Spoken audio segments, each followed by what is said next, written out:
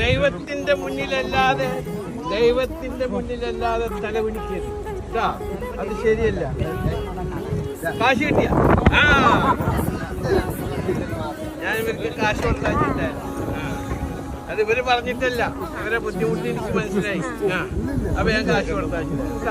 ഒരിക്കലും കാല് കുമ്പിടരുത് ആരും മുന്നിൽ, ദൈവത്തിന്റെ മുന്നിൽ മാത്രം.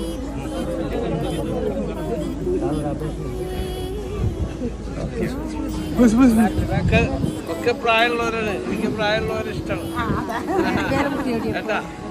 മക്കളൊക്കെ നോക്കണില്ല നിങ്ങളെ? തമിഴാ മലയാളിയാണ്? കാശ് കിട്ടിയിട്ട് എന്ത് ചെയ്ത്? കാശ് കിട്ടിയിട്ട് എന്ത് ചെയ്ത്? ഞാൻ ആരും അറിയാൻ